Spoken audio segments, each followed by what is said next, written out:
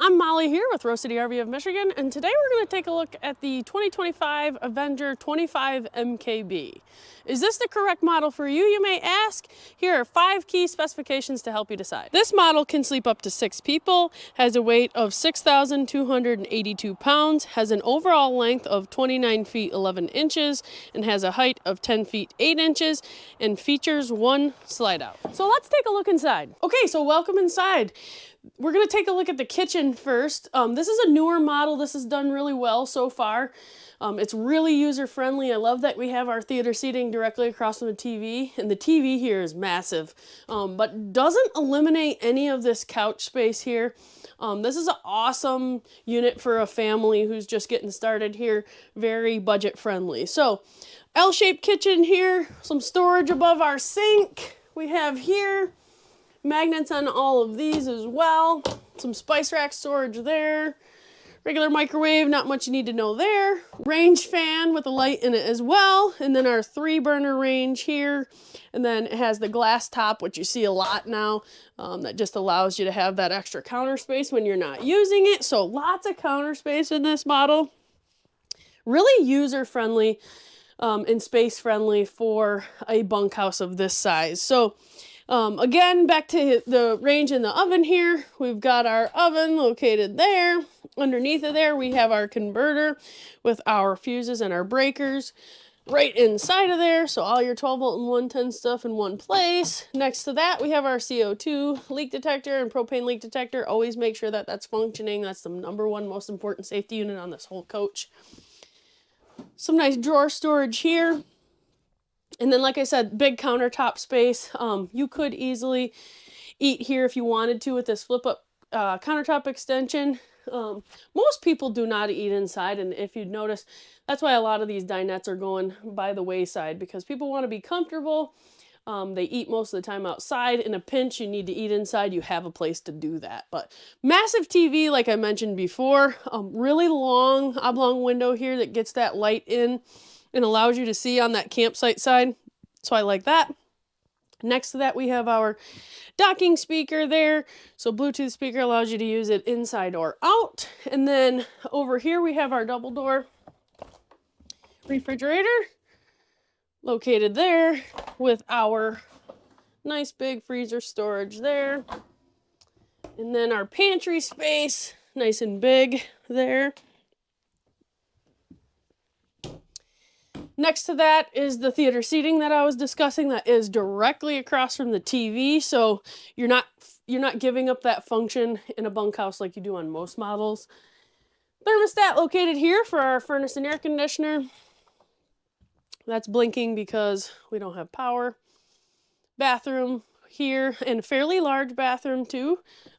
Again, no tub in this model, which is nice. I think that makes that work a lot nicer in the bathroom area. Full over full bunks, rated at 250 pounds.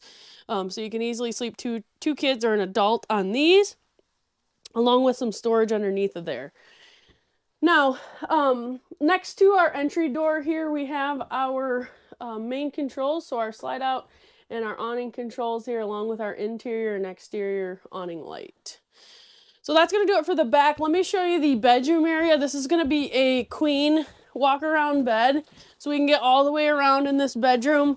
Sliding door here, along with some storage underneath that goes to the pass-through, and some storage next to the bed here that allows you to have some closed space. So I think this model will do extremely well this year for us, just because, like I said, you're not giving up that couch seating for the bunkhouse, but you're also staying small and lightweight. So let's go take a look at the outside. So I want to apologize, this is dirty on the exterior. This just came in about an hour ago. Pass-through storage located up underneath that bed, which we showed you from the inside. Little light, another docking station for that Bluetooth speaker. And then this is new. They've got these nice latches that just go up like so. Hold on to that. I think those will be better in the long term than the old style baggage latches. This one does have power stabilizers. This is a PSX1 by Lippert. Moving along here, we have our low point drain systems right up underneath for winterization, easily accessible. On-demand water heater. make sure that we are not putting anything in front of this when this is on, because this does get hot. Next to that 110 outlet here, so you can add anything outside that you need to power up. A little bit of storage right there into that kitchen area. Steel wheels here. Nothing special there, just something I feel like I should point out. Solid step with this larger, wider step on the top there by Lippert.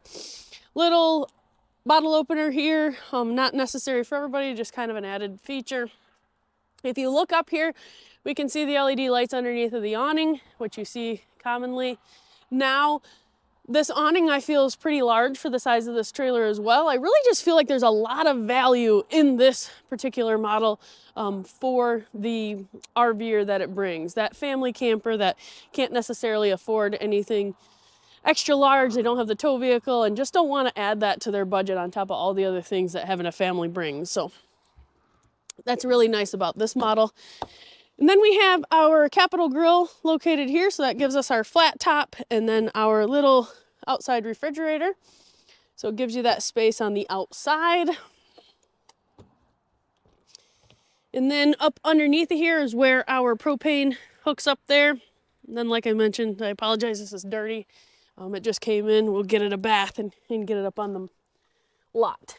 Our spray port located there next to that outside kitchen, so you're able to spray off, use that for cooking. I kind of like that. Our furnace exhaust located here, so make sure we're not putting anything in front of it. This is a better location on the rear, not really likely to set anything in front of it.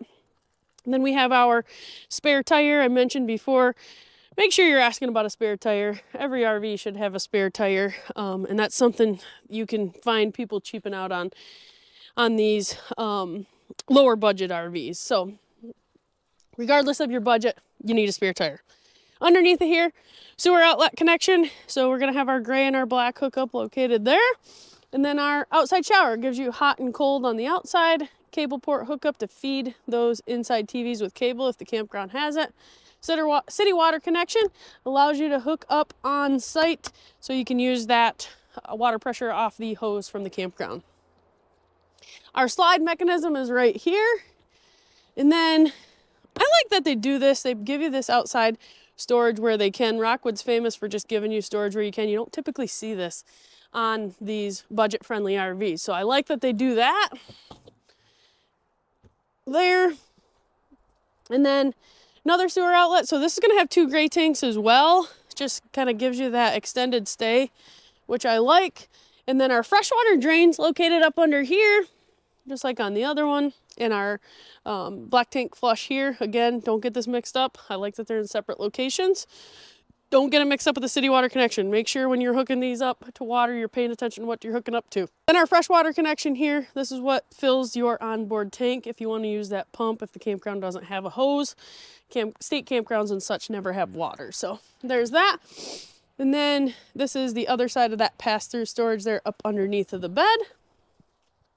Moving around to the front, we have our battery disconnect located right here on the frame. Next to that, we have our power stabilizer button and our external solar. So this does not have solar already installed.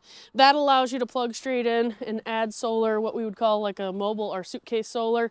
Just make sure that you are adding the voltage controller along with that. That does not have that. If you don't have a voltage solar controller, you will overdo it on the batteries. So want to pay attention to that. Now here we have 2 20-pounders along with our auto changeover regulator. And then up here we have our power tongue jack here with our light as well. Just kind of makes that easy. Manual override in the event that you lose power or something, you're able to still operate that. So that's going to do it for this one on this model, 25 MKB. So let us know what you think.